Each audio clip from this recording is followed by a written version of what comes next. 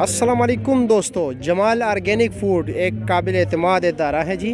अपना दोस्त भी हो और इनके चीज़ हमेशा जो है ना बिल्कुल प्योर होता है। जमाल भाई इसके बारे में बताया ज़रा जी।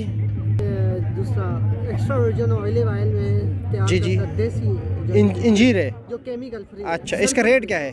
इसका रेट 2500 ₹2500 पर के जी? नहीं, हाफ के जी 2500 अच्छा जी। जमाल भाई ये क्या है? ये हमारा स्पेशल शाही कुश्ता है, जोड़ों में दर्द होने अच्छा, लगे, जिस्मानी इसका रेट क्या है?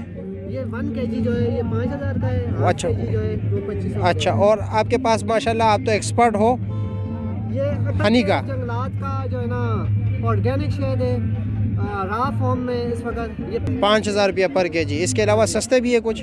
ये स्पेशल कुश्ता ऑलिव ऑयल है। में। अच्छा, ऑलिव ऑयल में ये क्या रेट है? ये प्रोडक्ट ये दे रहे हैं 2700 रुपये। ₹2700 पर के हाफ के जी। Half kg। ठीक हो। देसी लहसुन का अचार और जैतून का तेल ये क्या रेट है? 1000 का। ठीक हो गया।